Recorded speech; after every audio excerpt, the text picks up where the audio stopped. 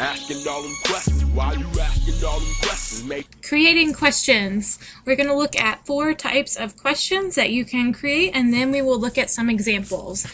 The first type of question is fact. These questions are right there. The answer is found in the text. These are plot or character questions that require only memory, and there's a clear right answer. For example, who is the protagonist of The Hunger Games? Even if you don't know, it has to be a person. The question is who. The next type of question is interpretation. And as we go down the list, we'll see that the questions get more difficult to answer and require more knowledge from the person who's answering them. Interpretation questions require you to think and search throughout the text. The answer is there, but it might be scattered. You'd have to have really understood what you read, and once you answer these, you'll find that some people might slightly disagree with you, but would generally say about the same thing. For example, how did Gilgamesh change throughout his journey? Well, regardless of the words you use, you're going to say about the same type of thing. The third type of question is analysis and opinion. These involve you and the author. So the author gave you some ideas and made you think, but now it's your turn to figure out whether or not you agree with the author's decisions.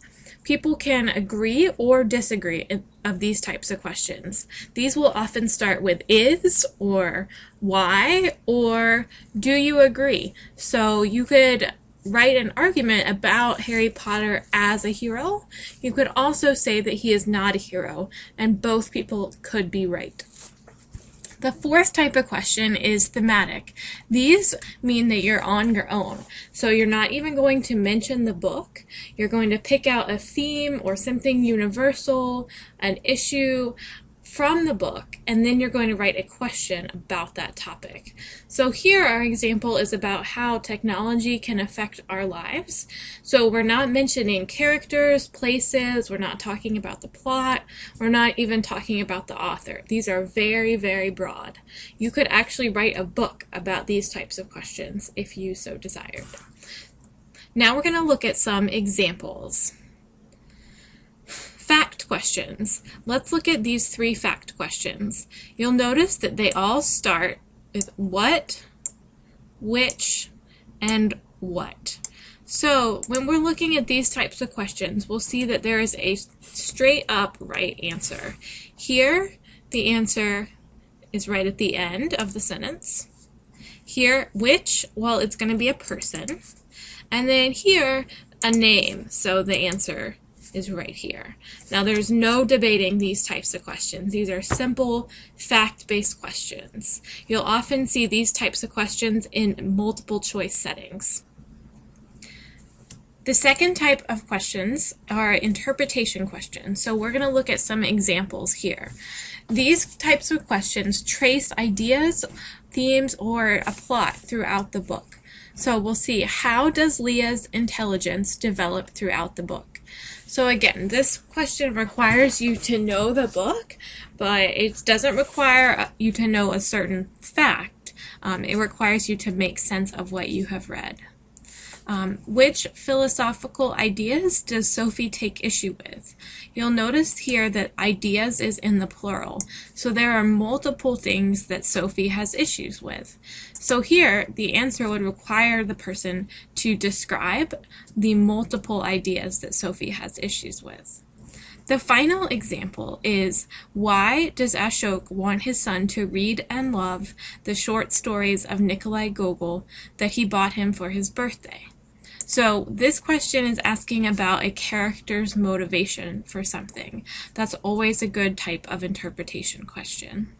The third type is our analysis and opinion questions. These questions ask you, the reader, to make sense of something that happened in the text and then to go a step further to figure out whether or not you agree with it. You'll see that these questions are asking whether characters did the right thing, or whether they felt a certain way, or how they interacted with someone else. So the question here is, did the Lees do the right thing when they decided to use Hmong treatment instead of U.S. medicine for Leah? Why or why not? So here, You as the reader are going to have to judge what the people in the book did and whether or not they did the right thing. The second example again judges whether this character, Sophie, was right to interact with another character so closely.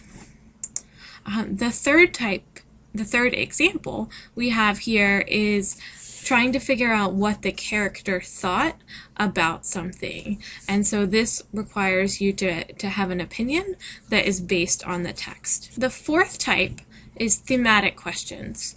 So again, we're not going to mention the book at all. We're not going to mention the author.